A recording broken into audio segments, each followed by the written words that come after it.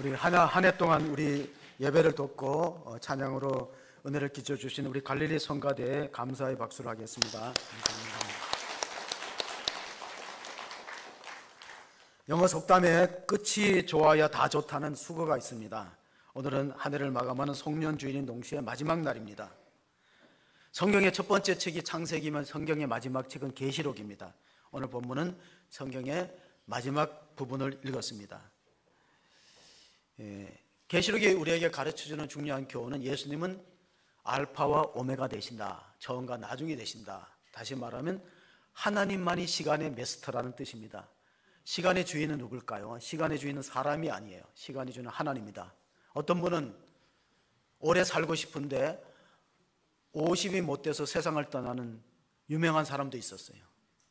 48살에 오래 살 줄 알았는데 46살에 아깝게 세상을 떠난 배우도 있고, 어떤 사람은 병력 한 채로 100년을 살아요. 그러니까 시간의 주인이 내가 아니라는 걸 드러내고 있어요. 시간의 마스터는 하나님이다. 시간의 분량은 하나님이 결정하신다.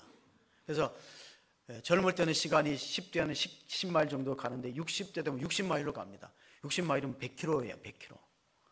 제가 100km로 한 해가 얼마나 빨리 가는지, 70대 되면 70마일이면 이제 또 100km가 넘잖아요. 시간의 속도가 마치 두루마리 화장지 풀리듯이 처음에는 조금씩 천천히 가는 것 같은데 나중에는 두루마리 화장지가 없어지고 당황할 때가 있잖아요. 그런 적이 없었나요? 화장지가 갑자기 딱 끊어지고 당황할 때, 그게 시간에, 우리가 제한된 시간을 살아가는 모습을 잘 보여주고 있습니다. 그럼 우리가 어떻게 살아야 되는가? 키엘케고라는 덴마크 철학자는요, 인생을 정의하기를 인생이라는 절망의 기차를 타고 고통이라는 터널을 통과해서 죽음이라는 종착지에 이른다, 그렇게 좀 표현했어요. 그건 안 믿는 사람의 삶이지. 우리 믿는 사람은 요한일서 2장 17절에 보면 이 세상도 그 정욕도 다 지나가되 하나님의 뜻을 행하는 자는 영원히 거하느니라. 그러니까 우리가 안 믿는 사람의 시간에 대한 태도와 우리가 차이가 있다는 겁니다. 정신과 의사였던 카렌 와이어트는 내 삶이 일주일만 남았다는 책을 썼어요. 여러분 생각해 보시오. 내가 사는 날이 일주일만 밖에 안 남았다면 거기에 보면은 우리가 대체적으로 죽기 전에 7가지를 후회한다고 했어요. 첫 번째는 뭐냐면은 마음껏 사랑해 볼 걸 그랬다. 가족들이고 우리 아는 사람들 사랑을 마음껏 표현하지 못한 데는 후회가 있다는 거예요. 두 번째로는 조금만 더 일찍 용서해 줄 것 하는 아쉬움이 있어요. 용서를 미룹니다. 나중에 화해하지. 조금 용서해 주지 못한 것에 대해서. 세 번째는 걱정을 좀 덜하고 행복을 좀 만끽하고 누렸으면.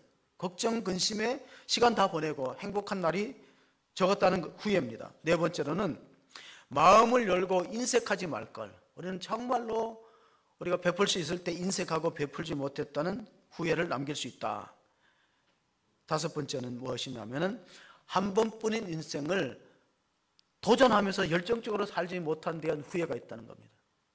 여러분, 사람은 다 살고 나면요, 했던 것에 후회보다가 시도 안 한 것에 후회가 더 많대요. 통계에 의하면. 해서 실패해도 후회가 되지만 그래도 해보는 경험이라도 남는데 아예 시도조차 못한, 도전하지 못한 것에 후회다. 여섯 번째는 아둥바둥 살지 말고 좀 여유있게 살 걸. 일곱 번째는 있는 그대로 감사할 걸. 여러분, 우리가 오늘 이 하루는 어떤 하루입니까? 그리스의 그 시인이었던, 아테네의 시인이었다는 그분은요, 내가 헛되이 보낸 오늘은 어제 죽어간 이들이 그토록 꿈꾸던 내일이다. 이 그리스의 아테네의 시인입니다. 소포클레스라는 이름을 갖고 있어요. 이 사람은 언제적 사람이냐면 2500년 주전 5세기의 인물이에요. 굉장히 지혜로운 말이었어요. 내가 오늘 이렇게 예배드리는 이 하루는 어저께 숨져간 자들이 그렇게 살고 싶었던 내일이라는 사실을 기억한다면 우리는 이 자체에 감사할 수 있기를 바랍니다. 내가 예배에 나올 수 있는 믿음이 있고 건강이 있다는 자체에 감사하는 성도가 될 수 있기 바랍니다. 지혜가 뭐냐면요, 지혜롭다는 것은 죽을 때 아는 것을 살아있을 때 아는 것 지혜로운 거예요. 믿음이란 게 뭐냐면은 나중에 깨달을 거를 지금 깨닫는 게 믿음이 좋은 사람이에요. 지혜로운 사람은 죽을 때 아는 거를 지금 아는 사람이 지혜로운 거예요. 안 믿는 사람에게는 죽음이 마침표지만은 믿는 사람에게는 쉼표예요. 영원한 세계로 가는 쉼표다. 그래서 믿는 자에게 고난은 터널과 같고 안 믿는 자에게 고난은 동굴과 같아요. 동굴은 가면 막혀요. 막장, 우리가 흔히 탄광을 막장 인생이라 그러는데 딱 막혀 있어요. 그러나 터널은 가다 보면 언젠가는 밝은 빛이 들어오는 날이 있거든요. 터널이 아무리 길어도. 그래 믿는 사람은 인생의 길에서 절망하지 않는 것이 하나님이 마침내 밝은 길을 보여줄 것이다. 그래서 우리가 살아가는 삶을 영원지향적인 삶이 된 것이 바로 우리 믿는 자의 모습이라는 것을 전도서 3장 11절에는 이렇게 솔로몬이 적어 놓았어요. 하나님이 모든 것을 지으시되 때를 따라 아름답게 하셨고 또 사람에게는 영혼을 사모하는 마음을 주셨느니라. 그러나 하나님이 하시는 일에 시종을 사람으로 측량할 수 없게 하셨도다. 자, 다른 동물에게는 영혼을 사모하는 마음을 안 줬다는 거예요. 그러나 인간에게는 영생을 갈망하는 마음을 줬어요. 전도서 3장 11절에. 그래서 영국의 캠브리지 대학교에 또 옥스퍼드 대학교에서 교수를 했던 C.S. 루이스는 이렇게 말했어요. 우리가 이 땅에서 완전 만족이 없는 것은, 우리가 이 땅에서 완전히 만족하는 사람 별로 못 봤어요. 이 땅에서 우리가 완전히 만족을 누릴 수 없는 것은 우리는 이 땅에서만 살도록 지음받은 존재가 아니라는 거예요. 우리는 다음 세계, 우리가 창세기와 계시록은 서로 비슷한 주제가 많이 나와요. 창세기가 시작의 책이면은 계시록은 마무리되는 책이에요. 그래서 창세기에 보면은 생명나무가 있으면 요한계시록에도 생명나무가 있어요. 창세기에 하늘과 땅이 지어졌다면 창세기의 하늘과 땅을 하나님이 창조했다면 계시록에는 새 하늘과 새 땅이 나와요. 같은 주제가 반복되어 나온다는 겁니다. 그래서 우리가 인간은 영생을 갈망하는 존재로 지어졌다. 그런데 우리는 그것을 누리지 못하는 이유가 뭘까? 그래서 우리가 바로 에덴 동산에서 선악과 나무를 먹고 사망이 선고되었어요. 첫 번째 아담은 불순종함으로 사망이 들어왔고, 두 번째 예수 그리스도는 순종함으로, 십자가의 순종함으로, 그러므로 생명의 문을 열어놓으신 거죠. 그래서 계시록이, 창세기가 질문의 책이라면 계시록은 해답의 책이니까 연관지어서 읽을 필요가 있어요. 그래서 오늘 예수님은 알파 오메가, 처음과 나중 되신다 하는 사실을 잘 보여주고, 우리가 인생의 결말을 해답을 안다면요, 삶이 덜 두려워지는 거예요. 결말을 안다면. 우리가 운동 경기할 때, 스포츠 중계할 때 막 가슴을 졸이는 건 결말을 모르거든, 생중계는. 막 긴장하다가 어떤 사람은 막 심장마비에 걸리기도 해요, 긴장했다가. 그러나 중계방송이 다시 재방송이 될 때는요, 긴장이 풀립니다. 왜? 결과를 알거든요. 아, 우리 한국 대표팀이 이겼다.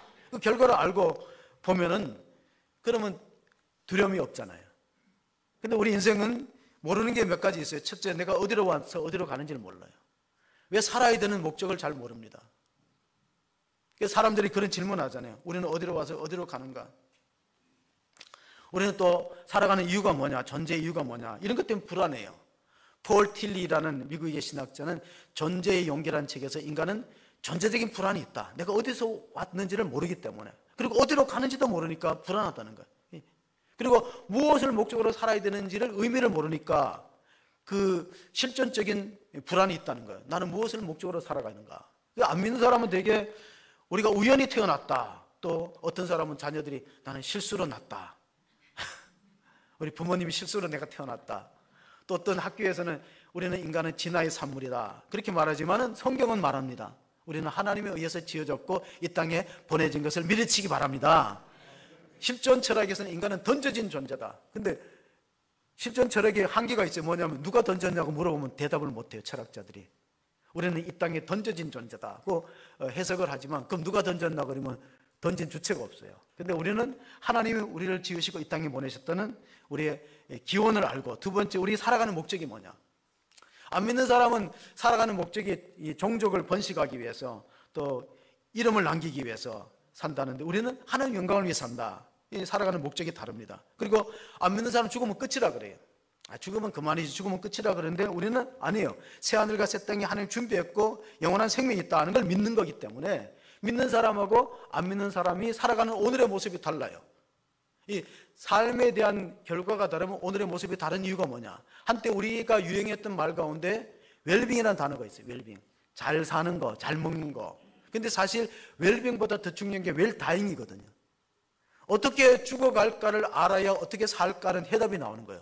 나는 어떻게 죽음을 맞이할 거냐, 이걸 알아야 그래야 이제 답을 얻을 수 있기 때문에 어떻게 보면 계시록은 라틴어 메멘토 모리, 죽음을 기억하라, 거기에 대한 해답일 수 있어요. 그래서 계시록을 한번 22장 12절 한번 읽어보겠습니다. 오늘의 본문이 시작되는 12절. 보라, 내가 속히 오리니 내가 줄 상이 내게 있어 각 사람에게 그가 행한 대로 갚아주리라. 자, 우리는 믿음으로 구원받습니다. 거기에는 아무도 부인할 수 없어요. 하나님 은혜로 믿음으로 구원받지만 우리가 천국 가면 상은 그가 행한 대로, 수고한 대로 받는 거예요. 구원받는 거하고 상급 받는 거는 좀 차이가 있는 게 왜 차이가 있냐? 우리가 학교에 다닐 때 졸업장은 다 받잖아요. 어느 정도 출석만 채우면. 근데 우등상은 다 주지 않아요. 그럼 여러분 자녀가 야, 학교 열심히 다녀서 또 공부도 잘해서 우등상 받아오면 부모가 기쁘지, 나 그냥 졸업장만 받아와, 그런 부모는 별로 없잖아요. 그러니까 요한계시록은 어떤 사람을 위해서 쓰여졌냐면요, 환난과 핍박 중에서 믿음을 지키는 사람들을 격려하는 책이에요. 요한계시록이 어렵다, 묵시록이다 그러지만 사실 알고 보면 거기는 반복되는 내용이 나와요. 7이라는 숫자가 반복됩니다. 7은 행운을 말하는 것도 있지만 7은 성경에서 말하는 완전수예요. 왜? 하나님이 삼위일체로 계시니까 3이 하나님의 숫자예요. 하늘의 숫자예요. 땅은 추나 추동이 있고 동서남북이 있어요.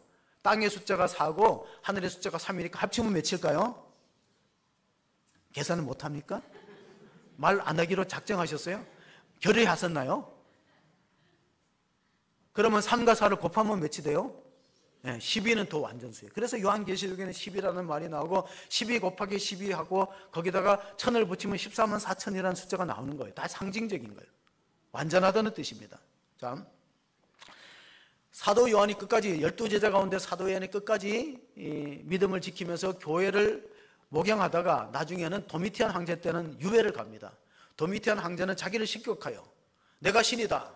근데 나 외에 신이 있으면은요 다 감옥에 가거나 죽이거나 유배를 보냈어요. 그래서 사도 요한도 나이가 많아서 반모섬에 기항살이 갑니다.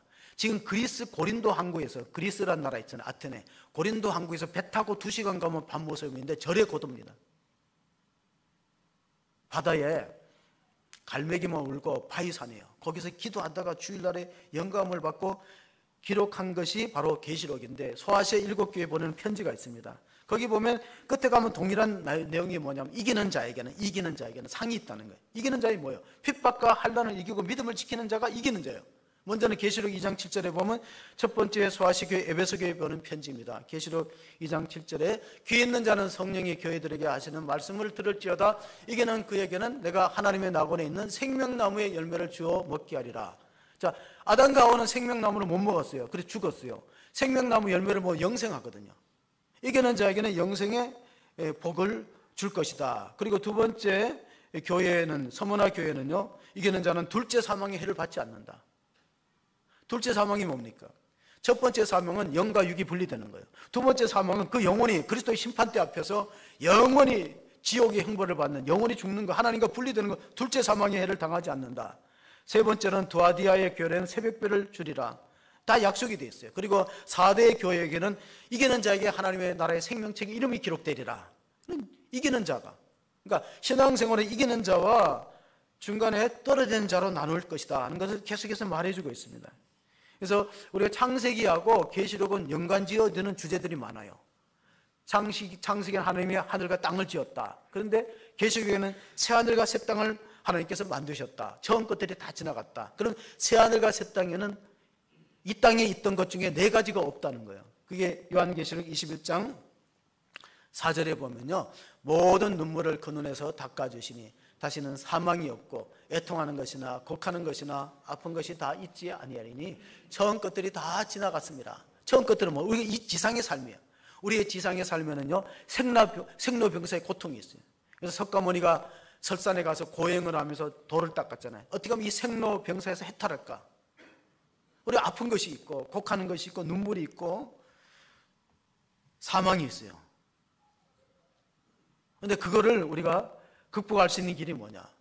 에덴의 회복이 바로 그것을 극복하는 거예요. 청교도 작가 가운데 존 밀턴은요 로스트 파라다이라는 책을 썼어요. 낙원을 잃어버렸다. 왜냐하면 인류의 시조였던 아담과 하와가 하나님의 명령을 따라 살지 않고 하나님의 질서를 거역하고 불순종함으로 사망이 들어와서 낙원에서 쫓겨났어요. 어느 주일학교에서 성경 퀴즈를 하는데요, 퀴즈의 질문은 이렇습니다. 하나님이 지으신 최초의 동산, 그러니까 한 애가 자신 있게 손들었어요. 뭐냐니까 맛동산. 걔는 맛동산을 좋아하는 것 같아. 그 맛동산을 많이 먹어서. 근데 하나님이 지으신 최초의 동산 이름이 뭐라고요? 에덴 동산. 낙원, 즐거운 거, 기쁨 있는 거. 그걸 빼앗겼어요. 근데 하나님이 왜 아담과 하와를 에덴 동산에서 왜 쫓아냈을까? 그 우리 설명이 있어요. 창세기에 해답이 있다는 거예요. 에덴 동산에서 계속 살게 하지 않고 쫓아낸 이유가 뭐냐면 우리를 사랑해서 쫓아냈습니다. 창세기 3장에 보면 22절, 24절에 보면 이런 말씀이 있어요. 여호와 하나님이 이르시되 보라, 이 사람이 선악을 아는 일에 우리 중 하나같이 되었으니 그가 그의 손을 들어 생명나무 열매도 따먹고 영생할까 하노라 하시고, 여호와 하나님이 에덴 동산에서 그를 내보내어 그의 근원이 된 땅을 갈게 하시니라. 이같이 하나님이 그 사람을 쫓아내시고 에덴 동산 동쪽의 그룹들과 두루 도는 불칼을 두어 생명나무의 길을 지키게 하시니라. 만약에 에덴 동산 중앙에 이 생명나무도 있고 선악과 나무도 있는데 선악과를 안 먹고 생명나무를 먹었다면 자동스럽게 영생을 얻게 되는데, 선악을 알게 하는 나무를 먹고 우리가 죄에 빠져 있고 불완전한 상태에서 그 다음에 영생에 버리면 저주가 되는 거예요. 왜? 사고 나서 아픈데 안 죽어. 병 걸렸는데도 안 죽어. 고통스러운데 안 죽으면 그거 얼마나 불행한 일입니까? 그래서 하나님이 선악과 나무 따먹은 이후에는 절대 생명나무를 차단시켜서 못 들어가야 하는 거예요. 하영금, 불칼을 둘러서 에덴 동산을 지키고 쫓아보냈어요. 그럼 그 길이 언제 열렸냐?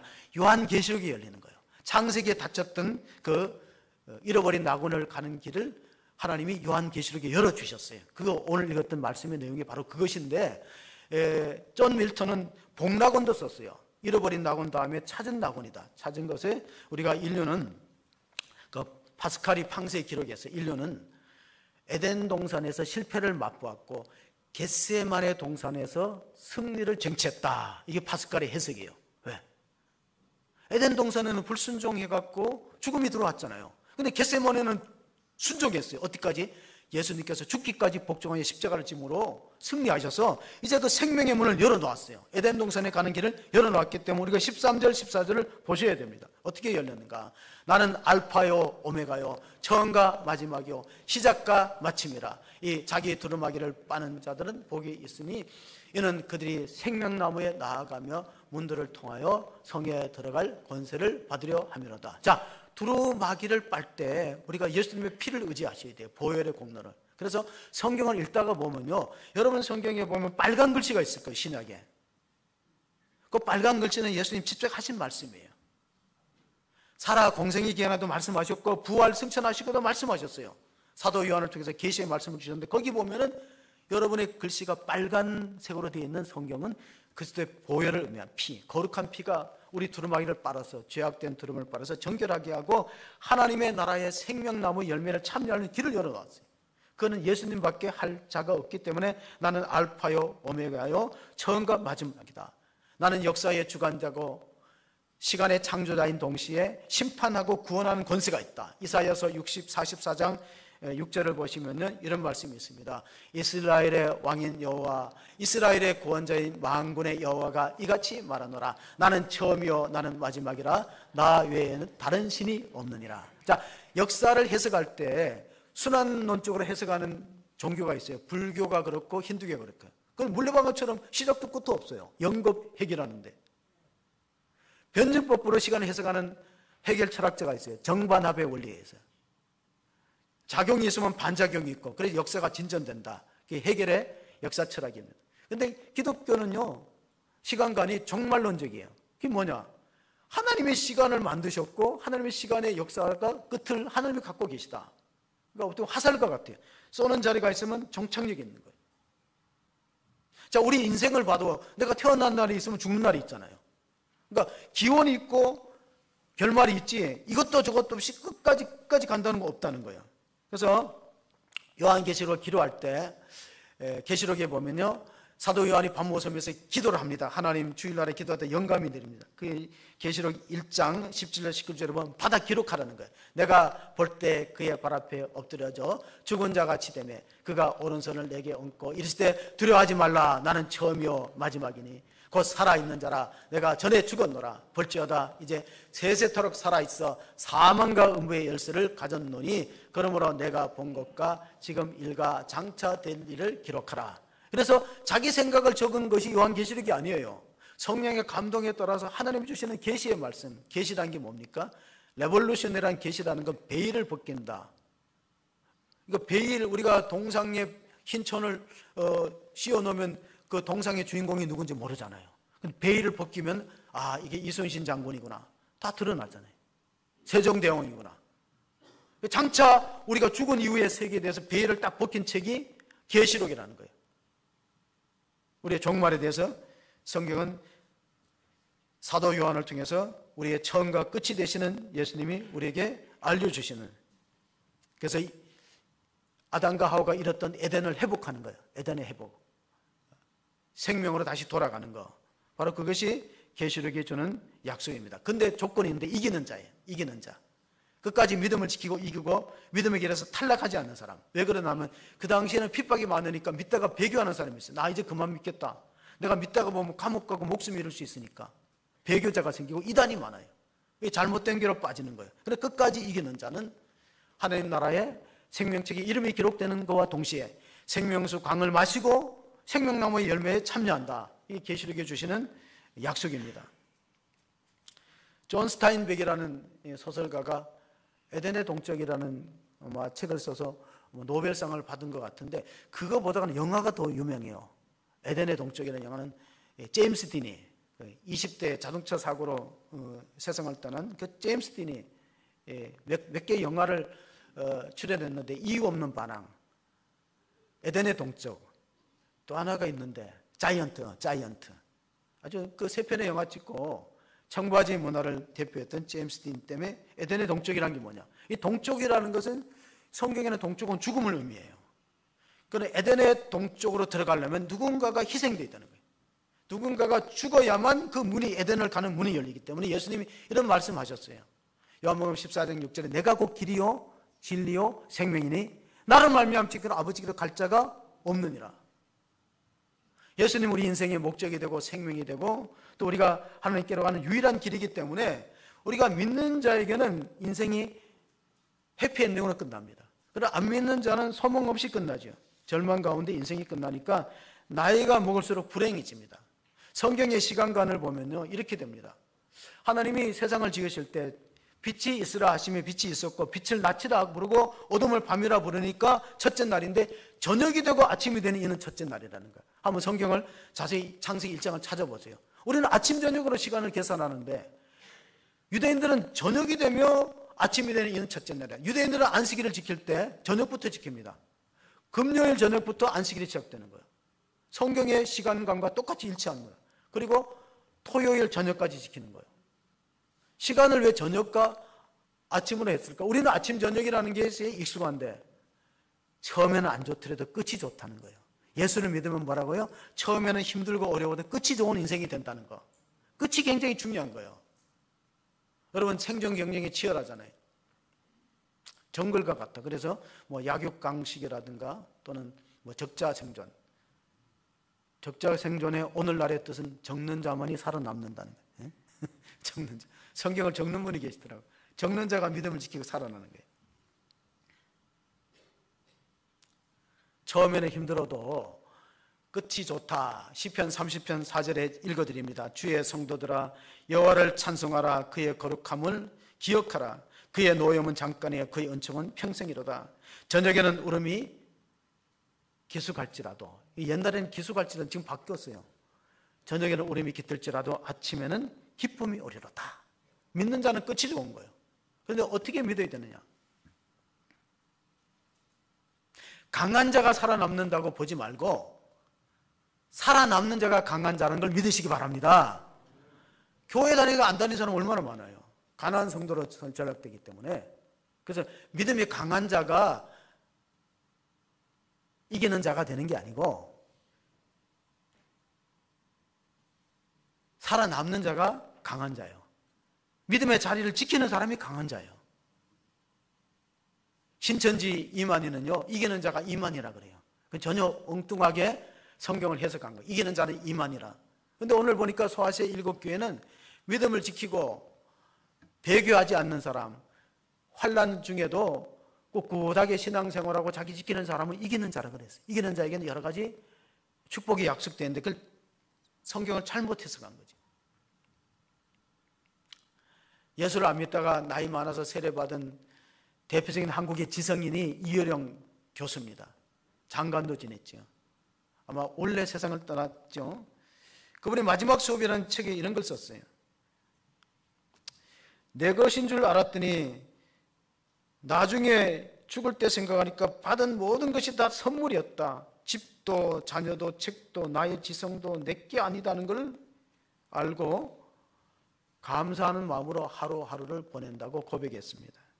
우리가 그 가사 가운데 내가 누려왔던 모든 것들이, 내가 지나온 모든 시간이, 내가 걸어왔던 모든 순간이 당연한 것 아니오 은혜였어. 복음성가 가사 있잖아요. 근데 이효령 교수가 죽음의 임박에서 깨달았어요. 야, 내가 내 힘으로 살고 내가 가진 자원이 다 내 건 줄 알았더니 알고 보니까 하나님 주신 선물이었구나. 그래서 감사하는 마음으로 인생을 살아야 되겠다. 그는 이제 소감을 마지막 수업이라는 책에 써놓은 걸 볼 수 있습니다. 요즘에 아이들은요, 감사를 잘 못해요. 그래서 요즘 세대를 MJ 세대라고 부르잖아요. MJ는 이런 약자예요. 밀레니엄 시대다. 또 Z는 영어에서 끝이잖아요. 예수님이 자신을 가리켜서 알파 오메라는 것은 그리스 말의 첫 글자가 알파입니다. 그러니까 우리가 신약 성경은 그리스 말로 되었다는 걸 아셔야 돼요. 구약 성경은 히브리어로 기록된 게 원전이고, 신약은 그 당시가 로마가 세계를 지배하고 헬레니즘 문화가 있기 때문에 그리스 말로 기록되어 있어요. 그리스 말의 첫 글자 A가 알파예요. 그리스 말의 마지막 글자가 오메가예요. 그래서 알파와 오메가라는 것은 영어로 A와 Z라는 뜻이에요. 처음과 나중이다. 그리스도는 처음과 나중이다. 근데 MJ 세대들은 자주 사용하는 단어가 세 가지 있어요. 그걸 삼요라 그래요. 삼요. 이걸요, 제가요, 왜요. 웃으시는 분은 MJ 세대를 키우는 부모들이야. 뭘 얘기하면 이걸요, 제가요, 왜요. 근데 믿음이 있는 아이들은 바꿔야 돼요. 저요, 해볼게요, 감사해요. 이렇게 바꿔줘야 돼요. 왜냐하면 감사를 너무나 모르는 시대에 우리 아이들이 살고 있는데, 인도의 시성이었던 타고르는 우리나라를 이렇게 과거 이어냈어요. 동방에 떠오르는 등불과 같은 나라다. 세계를 비출 것이다. 그 타고르의 예언이 되었어요. 그들이 이루어졌어요. 우리는 진짜 세계가 주목하는 나라가 됐어요. 동방의 작은 나라, 해 뜨는 나라, 떠오르는. 근데 타고르가 한 유명한 말이 있어요. 행복의 분량은 감사의 분량이라고 그랬거든. 행복의 분량은 감사의 분량이야. 내가 많이 가져도 불평원망하는 사람은 행복할 수 없어요.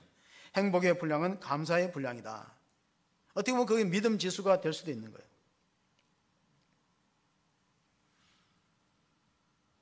우리 자녀들이 부모님 은혜 안에 산다는 걸 잘 모르는데, 이번에 그 성탄절에 아파트에서 화재가 났어요.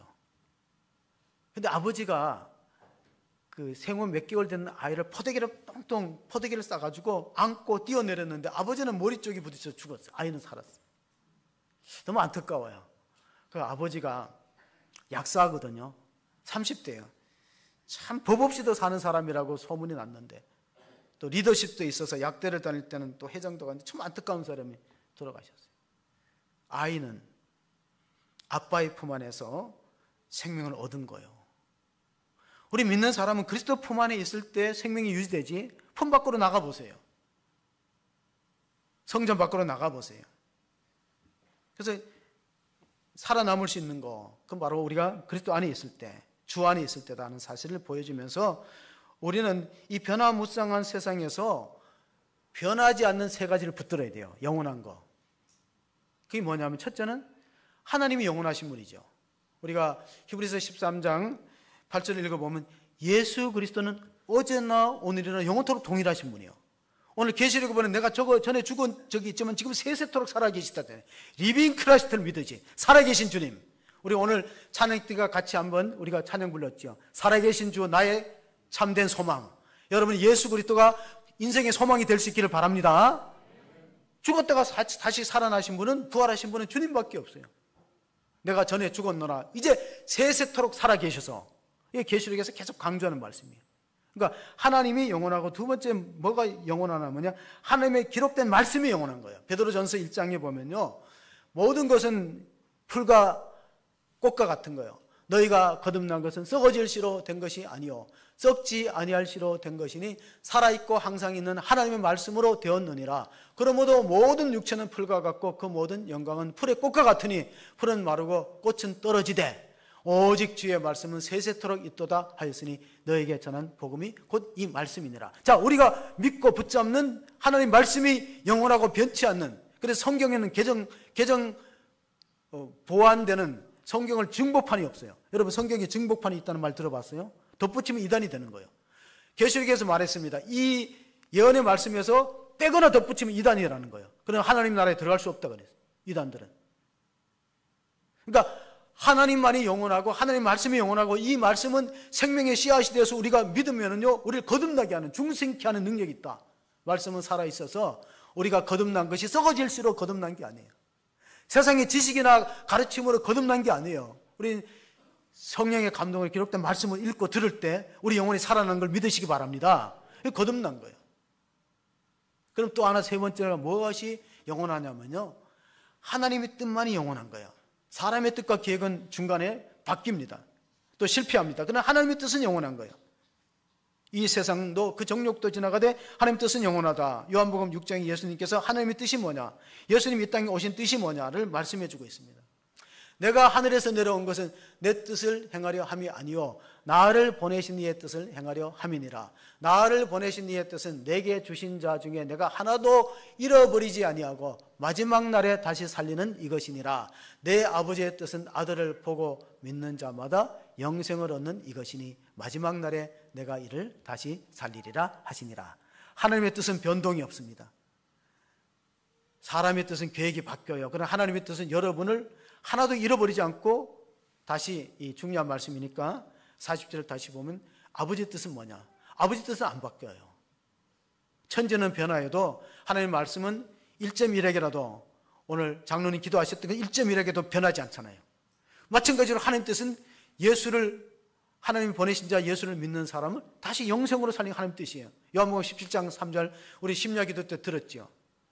영생은 유일하신 참 하나님과 그의 보내신 자 예수를 아는 것이다.